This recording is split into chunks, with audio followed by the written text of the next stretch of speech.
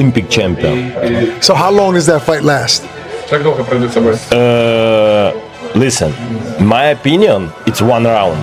There's been some talk about possibly Joshua using Jake Paul as a tune-up to fight you. What are your thoughts on that? I don't know about tune-up. I think Jake Paul knocks him out. You make of that?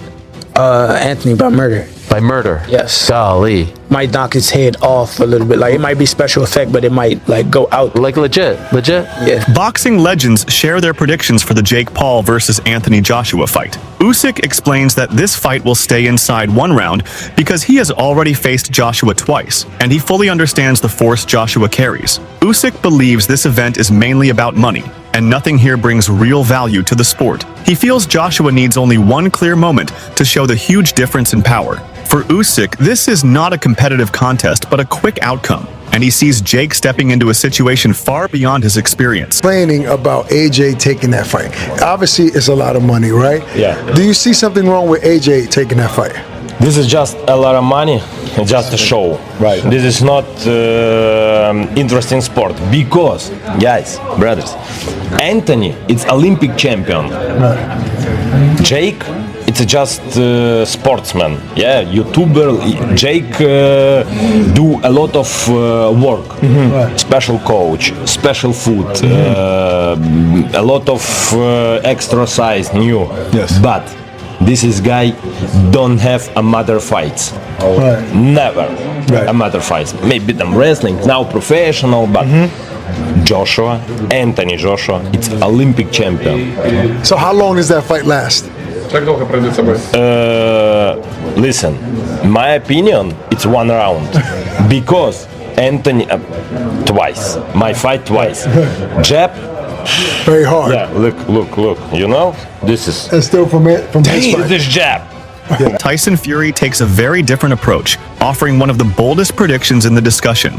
Fury declares that Jake Paul will knock out Joshua, a statement that shocks many because it contradicts the majority of expert opinions. Fury argues that Jake is physically growing, training with heavier weights, and transforming himself into a more solid fighter. He sees Jake's progression as impressive and believes that momentum sometimes plays a greater role than experience. Fury has always enjoyed delivering unexpected statements, but in this case, he insists that Jake's confidence and current rise could lead to a result almost no one anticipates. He views Jake not as a simple internet personality, but as a fighter who has dedicated himself to serious preparation. Fury's prediction remains controversial, yet it adds another dimension to the discussion because it comes from someone who understands heavyweight boxing better than almost anyone in the world. There's been some talk about possibly Joshua using Jake Paul as a tune-up to fight you. What are your thoughts on that? I don't know about tune-up. I think Jake Paul knocks him out. Seriously? Yeah.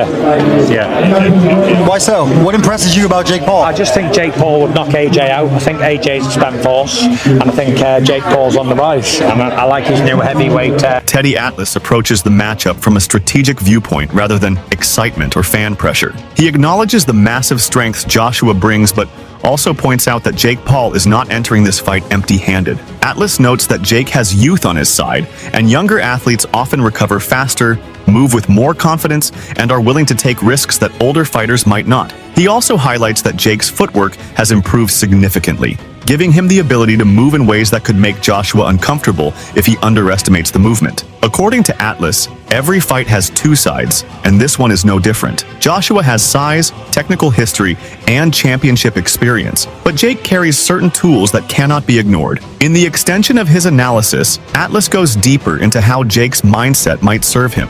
Jake is still early in his career, which means he fights with hunger and has not suffered the mental wear that many long-term professionals deal with. Atlas acknowledges that Joshua traditionally fights best when he controls distance, but Jake's quicker feet and willingness to jump into exchanges could create small windows of opportunity. Those windows might not be big, but they exist, and Atlas believes that this possibility alone means Jake cannot be dismissed entirely. His message is not that Jake will win, but that Jake has enough advantages to be taken seriously. While we look at all the advantages that Joshua has, let's look at how I look at where maybe Paul has some advantages. He's younger. His feet are a little faster. I know he's not at that level of a fighter, I get it, but his feet are faster. Joshua's feet are not that fast, closing gaps, getting to somebody. To hit him, even if you're better than him, you still got to get to him to hit him. Also, Joshua, last time he fought was over a year. He hasn't fought. He was basically retired. Where's his mind at? He got knocked out terribly by Dubois. Where's his confidence? Where's his mindset? Where is he? Is he taking this fight the way that fans are, overlooking Paul, taking him for granted? Yeah, probably is. Might be. Does that weigh in? Yeah, that weighs in. People don't look at those parts of it. And the weight. Paul's smart. He always puts clauses in there. I know this is the first time he's fighting a guy who's bigger than him and all that stuff, but he put in a 245-pound weight, clause where he can't come in over 245. What is Joshua weighing? He was off over a year. He was basically retired. Was he 280? Was he 290? Was he 275? Easily could be the case. He didn't have a lot of time now to get to 245. How does that affect him? Oh, we forgot about that. It's a little thing, but it's not that little. It's the thing that Paul put there for a reason. Again, Paul hasn't made too many mistakes. He's been pretty damn smart. I'm not saying he's the fighter that Joshua is, but I don't know if Joshua's the fighter.